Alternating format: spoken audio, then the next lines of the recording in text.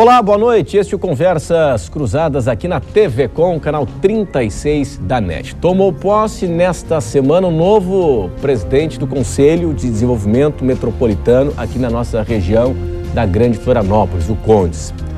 Temos inúmeros desafios. A integração regional, em especial na prestação de serviços de saneamento, de coleta de lixo, de planejamento urbano, transporte coletivo. Temos aí algumas bandeiras não resolvidas já há muito tempo, como o contorno viário na Grande Florianópolis.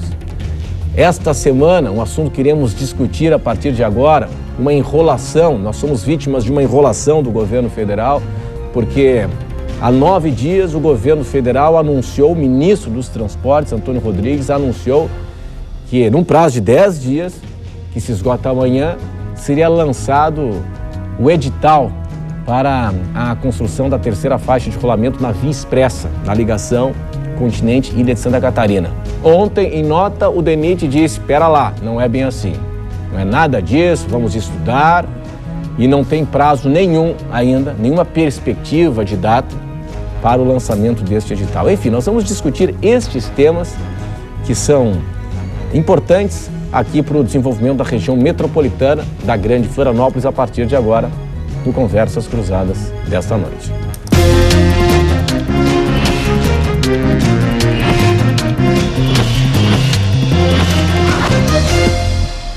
Conversas Cruzadas aqui na TV Com. Hoje está na companhia da presidente da Associação Empresarial e Cultural em Biguaçu, Sandra Molinaro.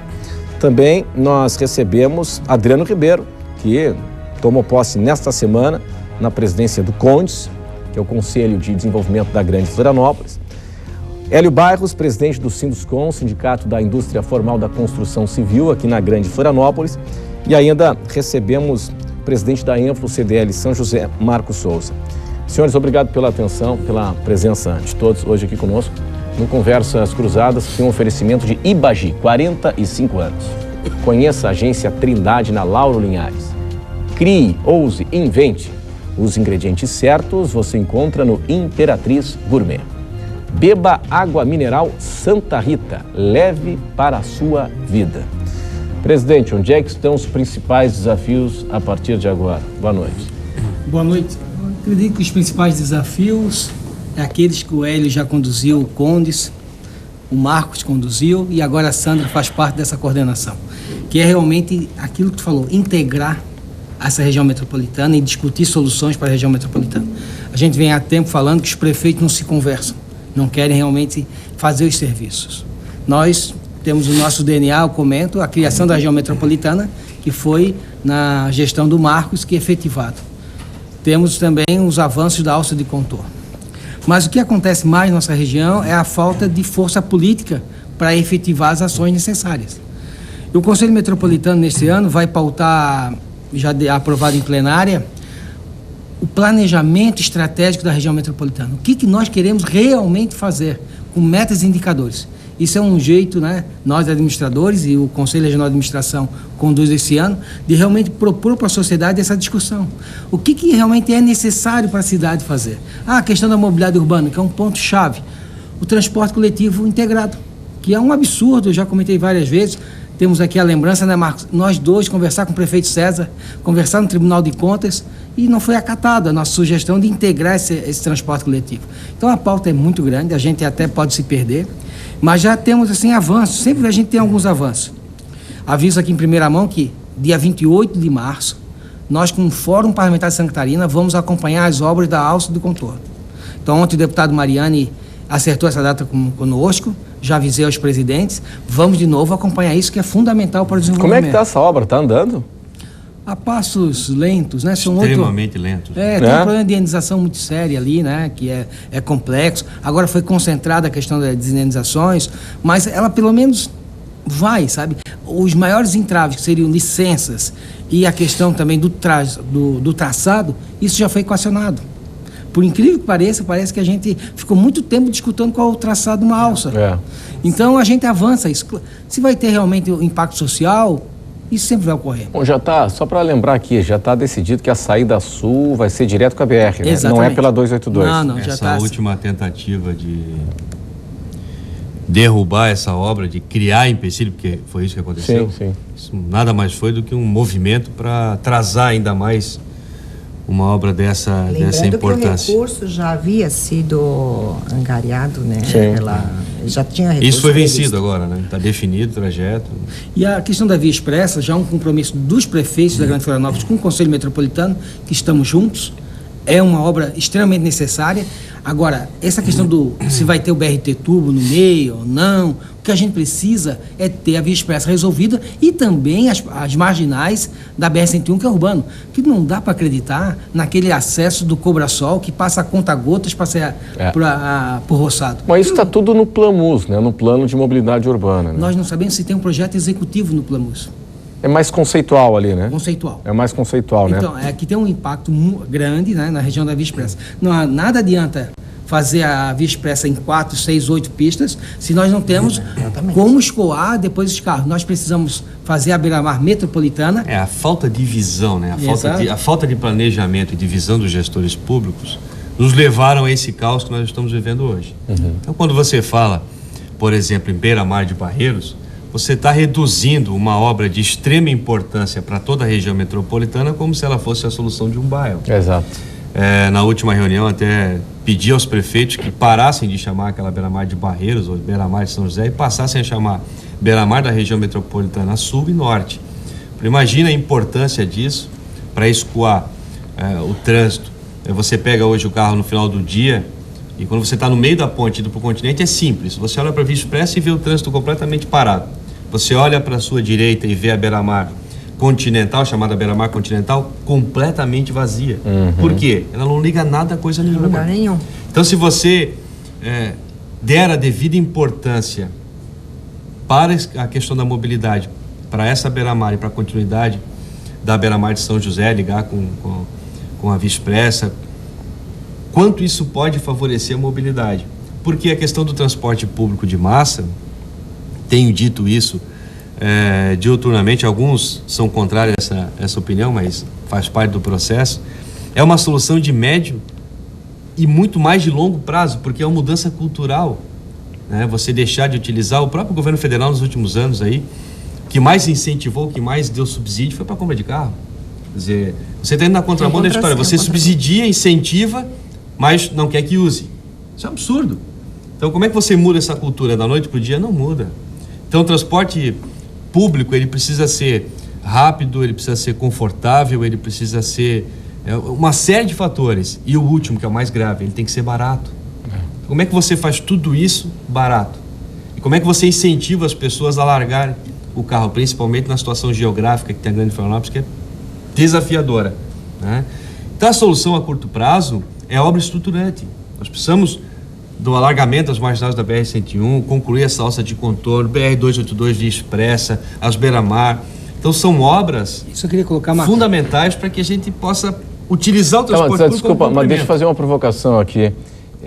Por exemplo, nessa linha de raciocínio, na Via Expressa, ligação ilha-continente, continente-ilha, o PLAMUS, ele estabelece, quer dizer, para o carro de passeio não vai mudar nada. O que vai mudar é que a terceira faixa de escoamento é destinada para ônibus. Na verdade, seria pelo projeto do PLAMUS, os corredores seriam no centro, né? Perfeito. E as duas extremidades, as duas faixas do meio para a extremidade seriam dos veículos de passeio. O senhor concorda com essa tese, imagino? Não, mas cadê os terminais de integração? Não, mas aí, enfim... Com o gargalo da BR-101, você mas tem que criar a estrutura, mas tem que criar a estrutura. Mas eles só vão andar na Via Expressa, os ônibus? Eu acredito também que tem que ser um pouco mais além, né? Tirar alguns órgãos públicos de dentro de Florianópolis, passar para o continente também, isso favorece, né, o traslado das pessoas, né, que utilizam. A própria rodoviária, né? Isso, são várias ações, né? Nada contra, agora que também o Condes vai estimular também a ampliação do aeroporto, mas também ter um aeroporto também no continente, sabe? Buscar esse outro tipo, porque o continente, se você observar, de Biguaçu até Palhoça, quem trafega pela 101, e eu faço isso, eu acredito que os senhores também, vão ver que é uma unidade, é um tempo só, não existe mais divisa. Não. Aqui termina Biguaçu, tá lá a placa de divisa, mas é tudo junto, então são várias ações. Eu acho que vai muito mais além a questão da mobilidade urbana, desse centro, São José. É uma revolução urbana, né? É uma revolução urbana, né? Outras ações devem ser concomitantemente para que nós tenhamos aqui na Grande Florianópolis uma contribuição assertiva em termos de mobilidade urbana. Essa questão que já se discutiu há muito tempo, né, Hélio, da retirada dos órgãos públicos da ilha de Santa Catarina para o continente, eu, sinceramente, já perdi a esperança, até porque quem tem que decidir isso trabalha e mora na ilha, né? Que as autoridades moram de vista para o mar, com vista para o mar. Aí não vão querer enfrentar a ilha continente, por isso que os órgãos públicos estão aqui. Mas tem... mas movimento prático para a retirada, né, dos órgãos públicos daqui. Os presos federais mais privilegiados do Brasil. E o que a gente viu, frente pro mar. E o que a gente viu recentemente aqui, nos últimos 10 anos, mais órgãos públicos na beira-mar, que é o corredor mais valorizado da cidade. Uma questão, acho que, como disse o Marcos, é cultural. Isso é uma barreira difícil de ser vencida a médio prazo. Mas nesse momento nós temos que... Claro, planejamento acontece praticamente em cima do problema já apresentado, mas quando a gente percebe que essa história vem se, como disse o nosso presidente Adriano, já fomos do presidente do Condes e o assunto está se repetindo. Isso não evolui, são avanços, claro que há algum momento que você consegue alguma conquista, mas o problema, quando a conquista é pequena, o problema se multiplica em dimensão. Nessa hora a gente fica pensando, cadê os nossos representantes em Brasília, os deputados federais? Nosso fórum parlamentar. Cadê os nossos... Assembleia Legislativa, cadê os nossos vereadores para pressionar? Porque nós estamos fazendo um papel que, na verdade, não nos competia, porque nós delegamos, isso é uma função dos nossos representantes do Estado, esse pessoal eleito para defender a sociedade, para discutir os grandes temas. Nós temos a questão do aeroporto, isso é uma coisa inaceitável há anos. Todo dia nós vemos na televisão aeroporto aí um sem função. Lá no Nordeste, passou esse dia no Diário Catarinense, um baita do aeroporto. Santa Catarina, que tem uma economia pujante, né, que tem o turismo, uma economia diversificada, nós temos um aeroporto... Nós temos um aeroporto em Florianópolis extraordinário no Data Show e na maquete. Né? Exatamente. No Data Show e na maquete nós temos um aeroporto espetacular.